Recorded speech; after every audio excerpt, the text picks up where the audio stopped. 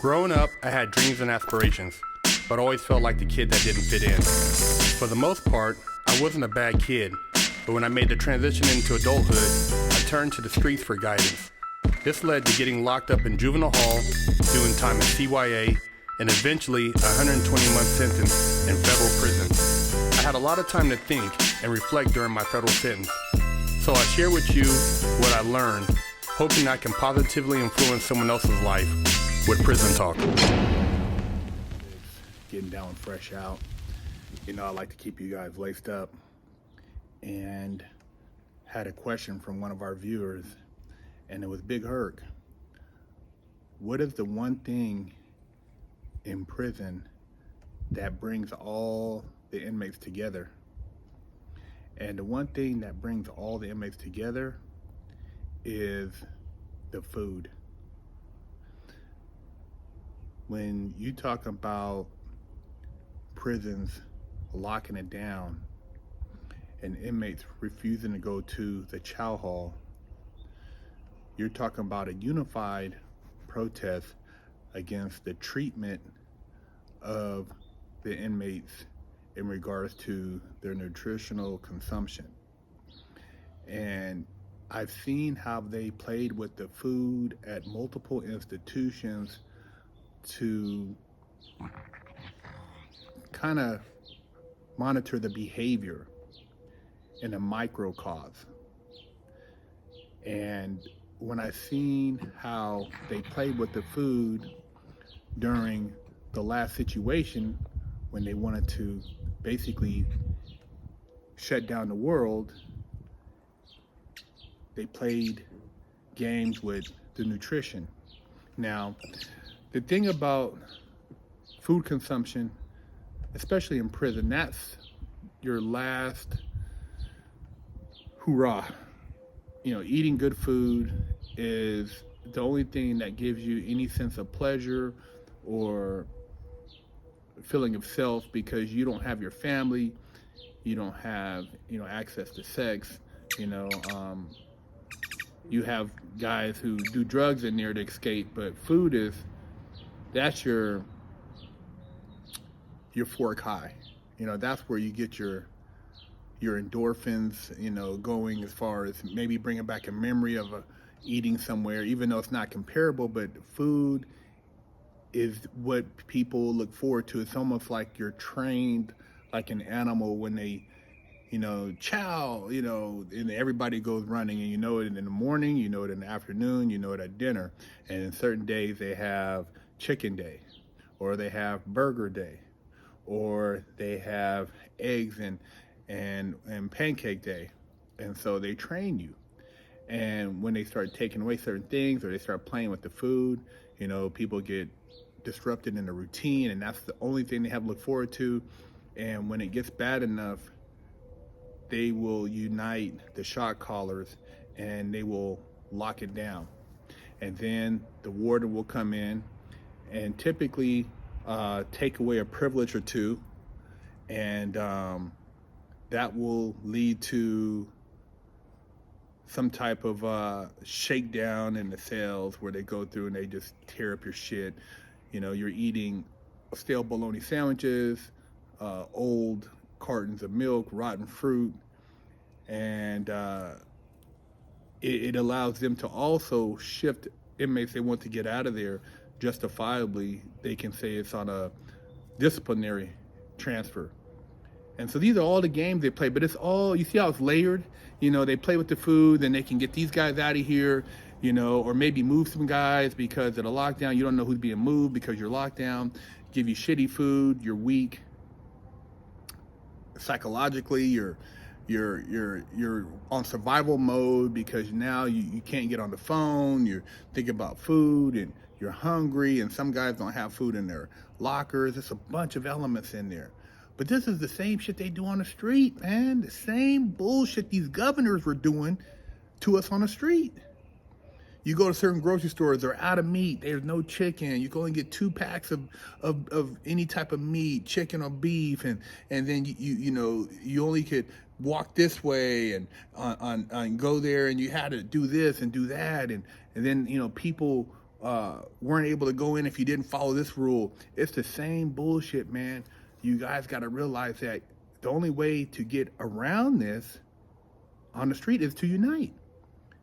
Not Republican, Democrat, not red or blue, not, you know, up, down, whatever you want to call it. It's about uniting, because the people who want to control are just cutting up the pie and keeping us going at each other. You know, Christian, Muslim, this religion, that religion, you know, it's all a game to them. They laugh. They consumed how many businesses and consolidated and did the same thing they do in prison. They, okay, you don't want to come out, they ship you, move this guy over here, break up your clique, your gang, and when they come back, and then they bribe you with something, watermelon and some type of barbecue, or hot dogs and hamburgers. Hot dogs and hamburgers is what they bribe the guys in prison with. Come off lockdown, we got hot dogs, hamburgers, we got watermelon, maybe we throw in some M&Ms. This shit is disgusting, man, how they mentally play grown men in a facility where these men outnumber the guards, but because of the divide and conquer mentality, they're able to control the same way they control on the streets. You got these people on these campuses protesting, don't know half the shit they're talking about, and you're talking about somewhere you've never been. You don't understand the true conflict. I'm not saying I understand it, but I'm not out here doing something that I don't understand. But these people are doing all this shit. Then you got paid provocateurs, and then the news shows it, and then it keeps everybody else riled up. Another division. Story time with you know who. That's another division. That's a paid provocateur to go up in there and dress and perform for kids. I mean, another division. These are all things they keep going at us to keep us separated, not united. You know, the racial thing. Oh, you know, you can't say this, but then you have this person, they can call you a negative, but you can't say anything contrary because you're a bigot if you complain about it. In prison, you can't sit at the white table. You can't sit at the Mexican table. You can't sit at the table over here if you're not from the Bay. You can't sit over here if you're not a Crip from this set in LA. You can't sit over here if you're not a Blood. You can't sit over here if you're not Latin King. You can't sit over here if you're not a GD or Vice Lord. You can't sit over here. You got to sit over here if you're other, you're a Christian. You know, you can't walk around here. You can't do this. You can't use that bathroom. You can't, you know, talk to these guys on the yard. You can't, I mean, dude. And then they try to put that shit on the street. I'm free. I could walk around and I got, you know, I don't have a fence, and you're trying to control me on the street? F you, man. F you. Don't let these people control us on the street. You know, I don't care what your race is, man. If we can unite, come together, make something happen, F you guys. You guys don't run shit out here, man, without our consent.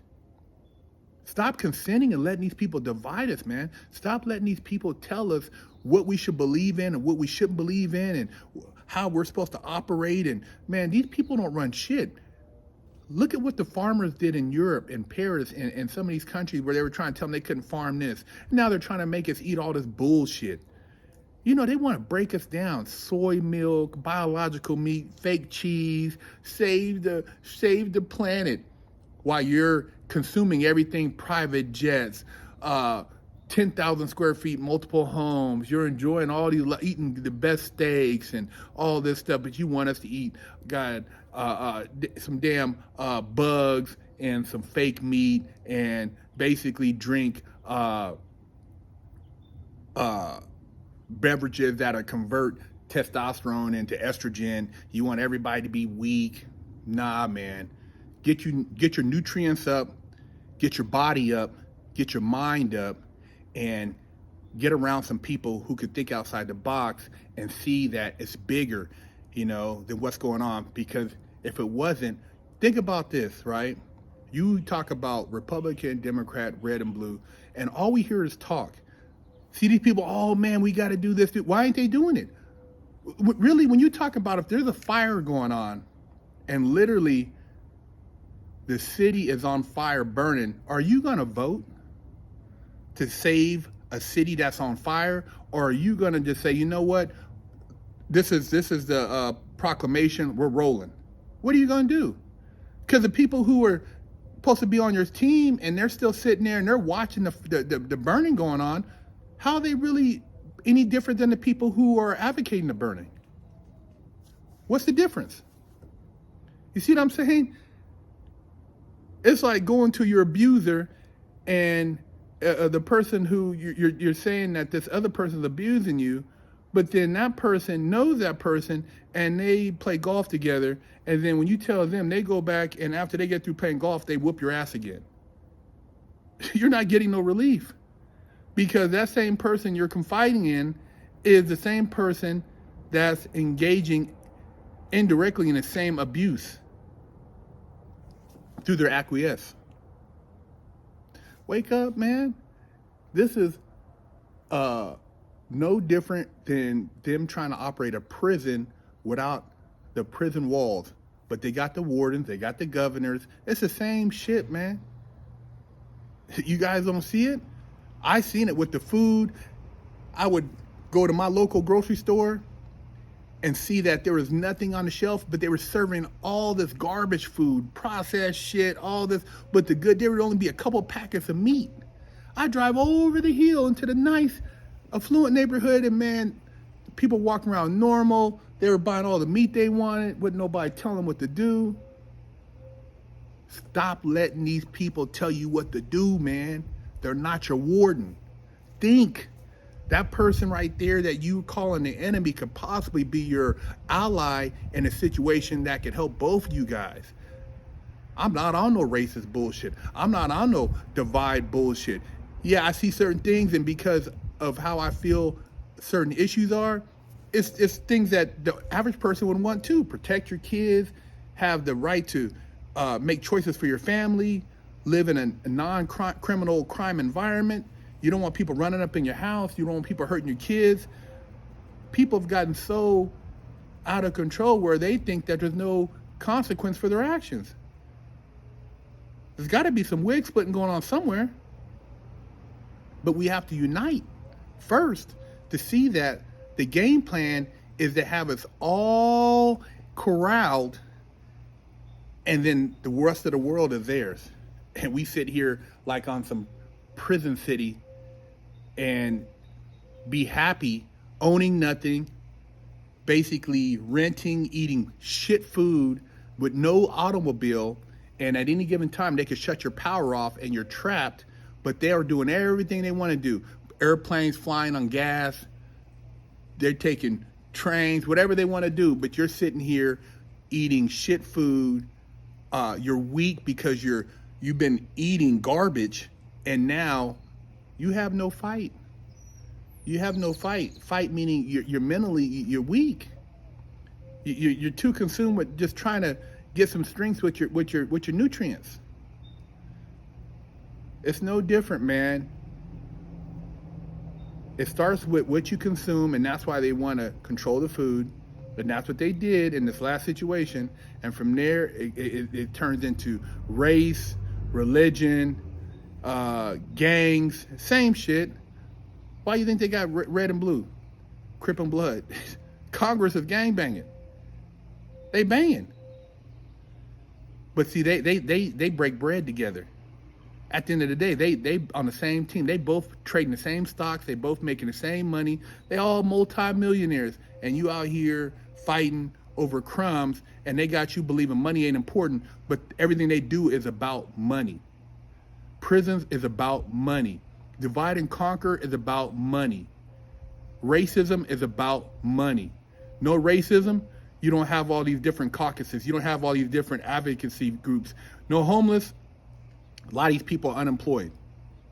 It's a hustle, man.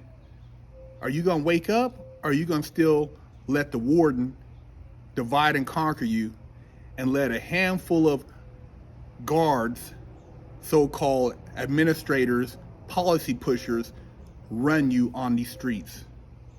So to the viewer out there, yeah, what brings people together, what people will say, hey, we're not coming out to sales for is the food. And basically that's the core.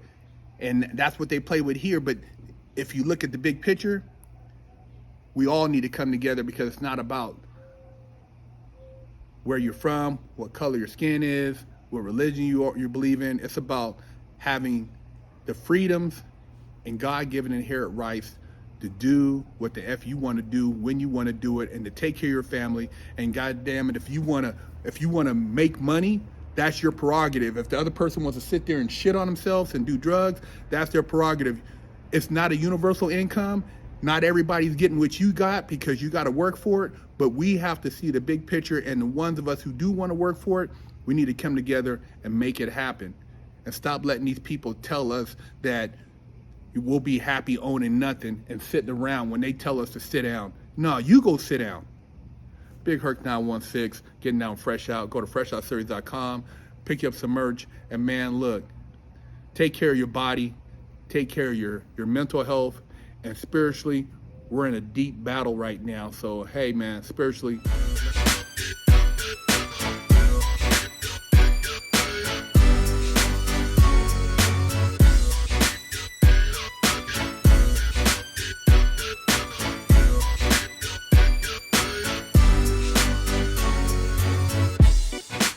Lockdown's over.